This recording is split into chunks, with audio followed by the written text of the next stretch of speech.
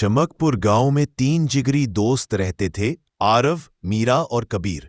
तीनों 5वीं कक्षा में पढ़ते थे और रहस्यों को सुलझाने में माहिर थे। गांव के बीचों बीच एक पुरानी बंद हवेली थी जहां जाने से सब बच्चे डरते थे।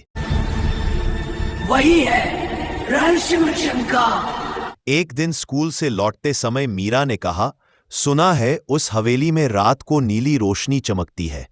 कबीर की आंखें चमक उठी, और मैंने सुना है कि वहां से घंटी की आवाज आती है।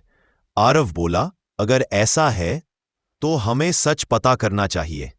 रात की जांच उसी रात तीनों टॉर्च लेकर हवेली के पास पहुंचे।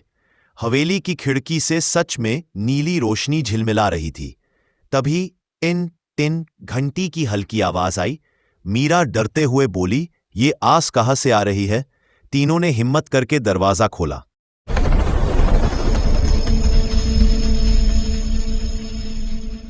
ठाई दीवार पर हिली। बरिस परे रहस्य की परतें आरव ने ध्यान से देखा। जमीन पर ताजा पैरों के निशान थे।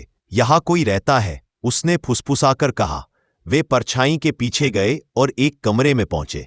वहां एक बूढ़े अंकल बैठे थे जिनके सामने एक मशीन थी। वही मशीन नीली रोशनी घंटी बजा रही थी। बूढ़े अंकल चौंक गए। तुम लोग कौन हो? कबीर बोला, हम बच्चे हैं और सच्चाई जानने आए हैं। असली सच? अंकल मुस्कुराए। मैं प्रोफेसर शरण हूं, मैं वैज्ञानिक हूं। यह हवेली मेरी प्रयोगशाला है। उन्होंने बताया कि वे एक सिग्नल मशीन बना रहे थे जो दूर तक रोशनी और आवाज भेज सकती है, ताकि आपात स्थिति में लोगों की मदद हो सके। नीली रोशनी और घंटी उसी मशीन का हिस्सा थी। मीरा ने राहत की सांस ली। तो कोई भूत नहीं? प्रोफेसर हंस पड़े। भूत नहीं बच्चों, बस विज्ञान। एक नया वादा। अगले दिन बच्चों ने गांव वालों को सब बताया। सबकी गलतफहमी दूर हो गई। गांव वाले प्रोफेसर की मदद करने लगे।